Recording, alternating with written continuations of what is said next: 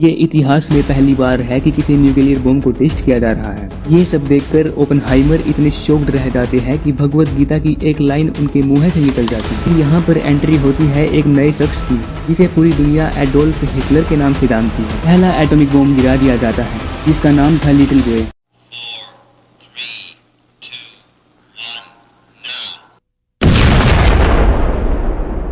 16 जुलाई साल 1945 सुबह के करीब 5 बजे अमेरिका के न्यू मैक्सिको स्टेट के रेगिस्तान में एक बम धमाका होता है। लेकिन ये कोई छोटा मोटा बम धमाका नहीं है दोस्तों, ये इतिहास में पहली बार और इतिहास को बदलने वाला धमाका था।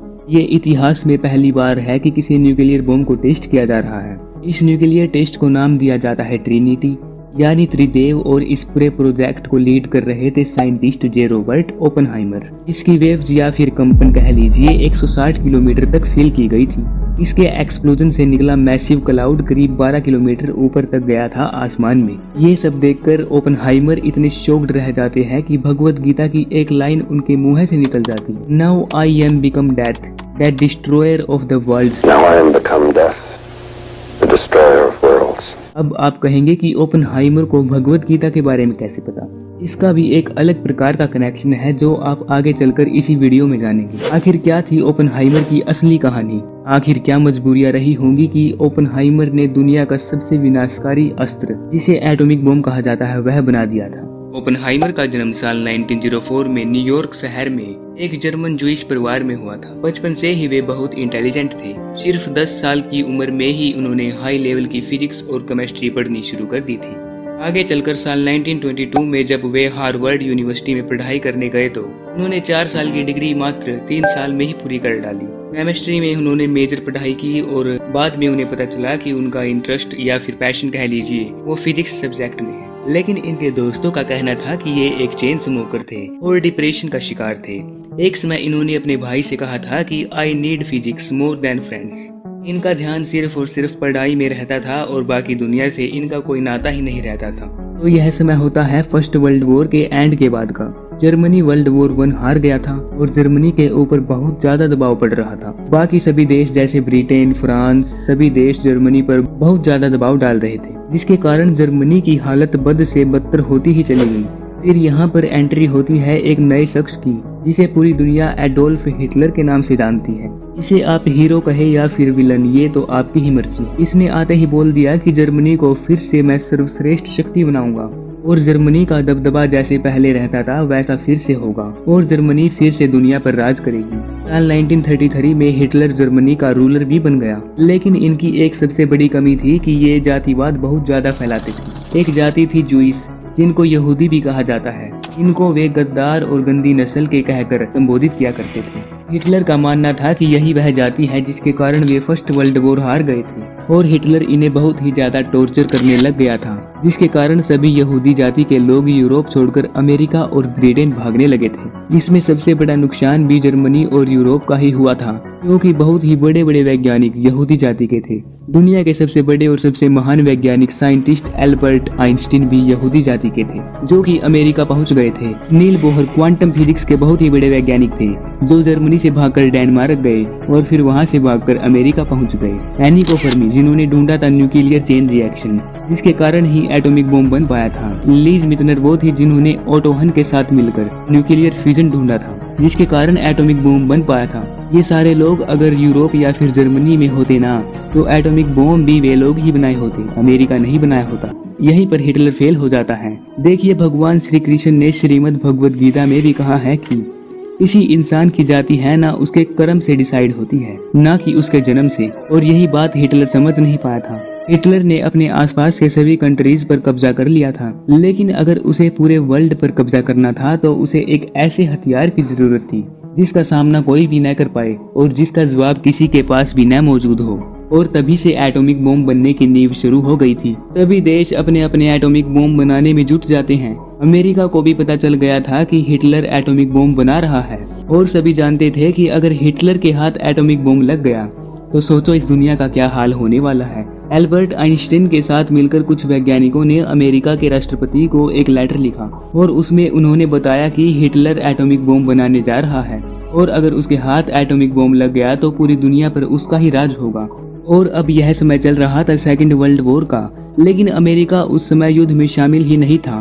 तब अमेरिका ने अपनी एक यूरेनियम नाम की कमेटी बनाई और अपना एटम बम बनाने की शुरुआत की। सभी देश चाह रहे थे कि एटॉमिक बम सबसे पहले वही बनाए ताकि संपूर्ण वर्ल्ड पर वे ही सबसे पहले कब्जा कर पाए। अमेरिका की नज़र पूरे वर्ल्ड पर थी। उसी बीच अमेरिका की नज़र पड़ती है जापान देश पर। जर्मनी का साम्राज्य तो हिटलर के कारण पहले ही काफी बड़ा हो चुका था, लेकिन जापान भी एक बहुत ही बड़ी शक्ति के रूप में उभर रहा था। ऐसे में अमेरिका ने सोचा कि अगर जापान एक बड़ी पावर बन गया तो उसे भी रोक पाना असंभव होगा। फिर एक तरफ से जापान और एक तरफ से जर्मनी, दोनों अमेरिका के लिए खतरा बन जाएंगे।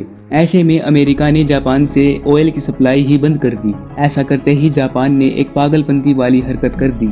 जापान को लगा कि अगर मैं अमेरिका को डरा देता हूं तो वह मुझसे डरकर ऑयल की सप्लाई फिर से चालू कर देगा।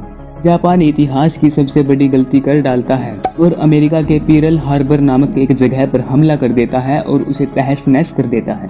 उसने सोचा कि अमेरिका को एक बहुत ही बड़ा झटका लगेगा, लेकिन दोस्तों इसका अपोजिट हुआ।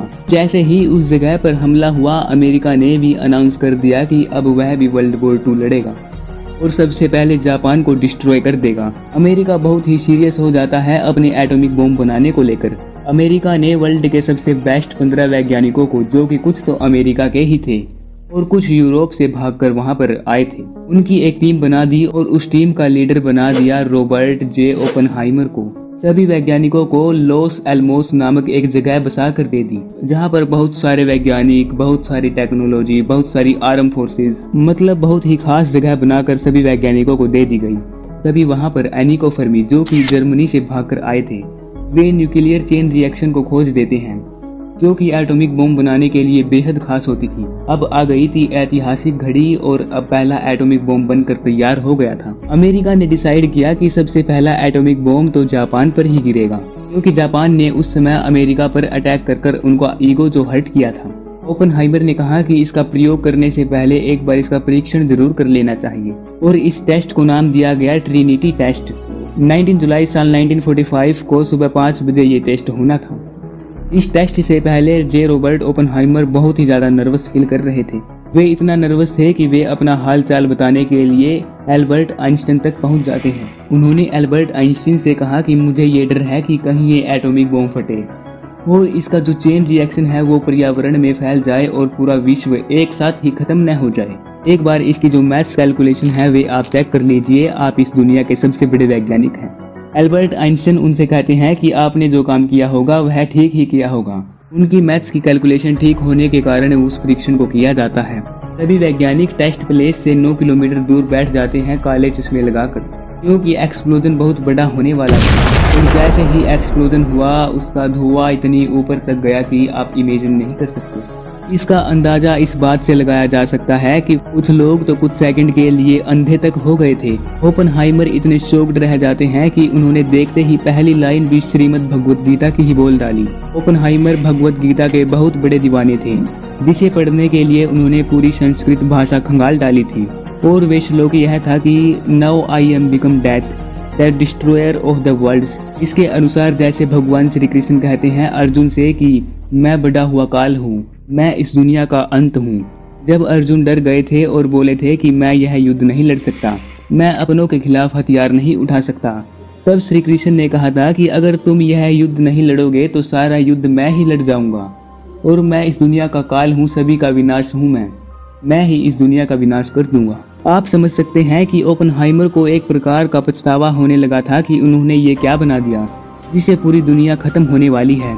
फिर उनके मन में एक विचार यह भी आया कि अगर मैं इसे नहीं बनाता तो शायद कोई और इसे जरूर बना लेता, लेकिन कभी न कभी तो यह जरूर बनना था। ओपेनहाइमर के अनुसार अगर आसमान में हजारों सूर्य भी आ जाए तो भी एटॉमिक बम की जितनी रोशनी वे नहीं ला सकते हैं। ओपेनहाइमर ने कहा कि जापान पर बम गिराने से पहले जापान को एक बार चेतावनी दे दो कि यह बहुत ही बड़ा बम होने वाला है, कुछ भी हो सकता है, बहुत लोग मारे जाएंगे। अमेरिका ने जापान को एक चेतावनी भेजी कि हम तुम पर हमला करने वाले हैं, अगर तुम्हें इस हमले से बचना है तो तुम इस युद्ध में सरेंडर कर दो। लेकिन जापान ने अमेरिका की नहीं सुनी और फिर यह दिन था 6 अगस्त साल 1945 का। सुबह सुबह जापान के हिरोशिमा शहर पर पहला एटॉमिक बम गिरा दिया जाता है, जिसका नाम था लिटिल बॉय, और यह इतिहास में सबसे बड़ी दुखद घटना मानी जाती है। ये यूरेनियम का एटॉमिक बम था और इसके बाद भी जापान ने युद्ध में सरेंडर नहीं किया। 3 दिन बाद अमेरिका ने फिर से 9 अगस्त को नागासाकी के ऊपर दूसरा एटॉमिक बम गिरा दिया और आज तक यही वे 2 एटॉमिक बम हैं जो लड़ाई में इस्तेमाल किए गए हैं। इसके बाद एटॉमिक बम को लड़ाई में कभी भी इस्तेमाल नहीं किया गया। लगभग इन 2 धमाकों में 2.25 लाख आदमियों की मौत हो गई थी। जापान ने भी फिर 2 एटॉमिक बम गिरते ही अमेरिका के सामने सरेंडर कर दिया था। क्या इंसानियत के लिए न्यूक्लियर वेपन्स अच्छा है?